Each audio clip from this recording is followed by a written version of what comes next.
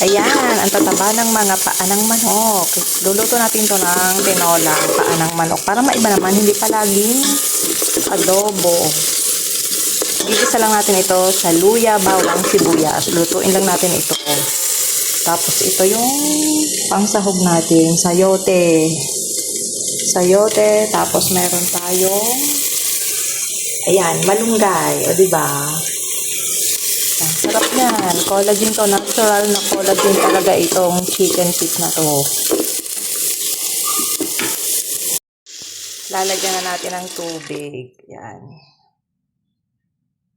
Ayan, nilagay na natin ang sayote.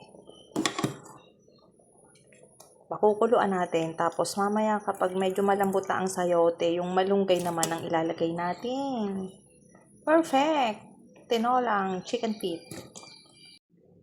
Ayan, ilalagay na natin itong malunggay dito sa ating tinolang paa ng manok. Lagay na natin ang malunggay.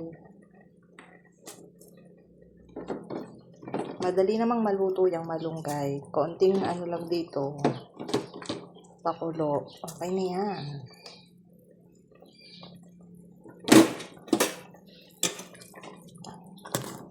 Diba? Ang sarap nito.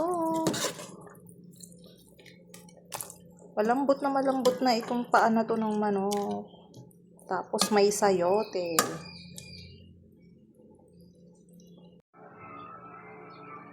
Ayan na, umuusok-usok pa.